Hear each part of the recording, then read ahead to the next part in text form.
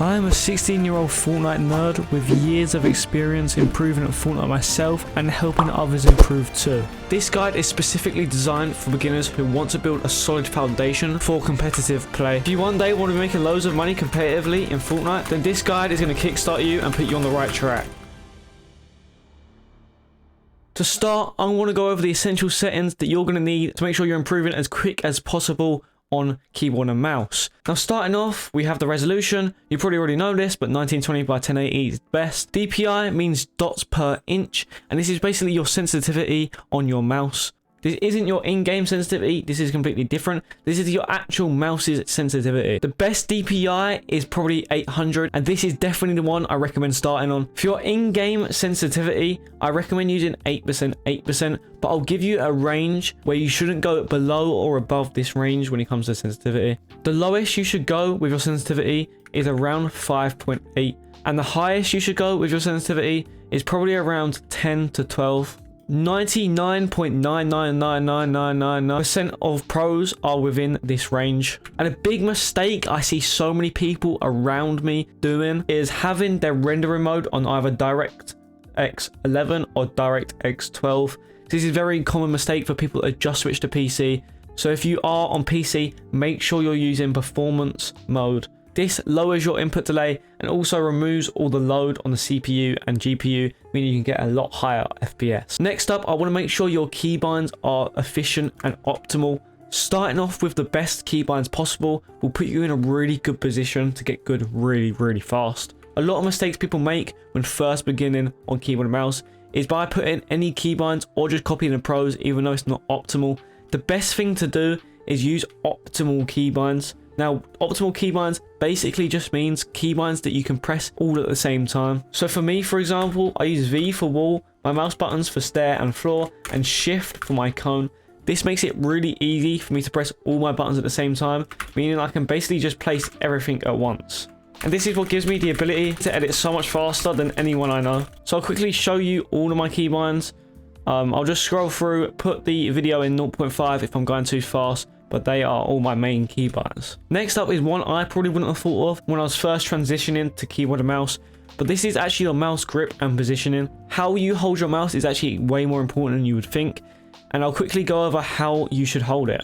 To start, make sure your arm is always on the table because this will give you a lot better control. But the main thing I want to talk about in this section is how you actually hold your mouse. So the best way to hold your mouse is by keeping your thumb on your two side mouse buttons, your pointer finger on your left click, your middle finger on your scroll wheel, and your ring finger on your right click, and then also your pinky on the other side of the mouse to keep it all stable. This is by far the best way to hold your mouse, and it's how Peterbot holds it. It's so good because you can press everything all at the same time, and you don't have to switch your middle finger between using the right click and using the scroll wheel. You can just do it all at the same time. And also, lastly for this section, make sure you have enough mousepad space for building and aiming. Having a large mousepad is very helpful and will definitely help you improve a lot faster. This is because you can use a slower sensitivity, giving you way more control when it comes to aiming and even editing. I used to have a really small mousepad, but as soon as I switched, I got like 50 times better. Next up, I'm going to show you a couple of things you can do every day to improve at keyboard and mouse. To start off, doing 10 minutes of aim training in either Kovacs or Raider 464's map is very helpful. This is not only because you'll get good aim, it's also because you'll get a lot better mouse control, allowing you to edit a lot more consistently. Next up is just free building. Just literally free building for 15 minutes a day is very helpful. There's also a couple of extra things you can do to make the free build a lot more helpful, and one of those is jumping into a map that allows you to change the speed. What I would do as a beginner is go to a lower percent of speed, probably around 50 to 60%, and then just slowly practice your mouse control and what it feels like to do certain build moves. Even if they're simple, like triple edits or double edits, you still should use this to try and master them. And even to this day, I do this every single day. So that just proves how actually useful this is. So once you've been on that for a while, if you go back to normal speed, you might feel a little bit fast. So what I do is I go to 150% highest percentage and just try and free building that for a little while. I'll mess up a lot. So just doing simple edits, even if they're just single edits like this, will even help, even though you're on a higher speed. And eventually, once you've done that for a while, you can go back to the normal speed and you will feel a lot slower. So another like drill you can do every single day to get good on keyboard and mouse quite fast is just by doing edit courses. And I don't mean like going into a map that has edit courses. I mean just when you're in a map just like this, just do repetitive edits. So kind of like this. I'm just doing one go classics over and over and over, or just things like this.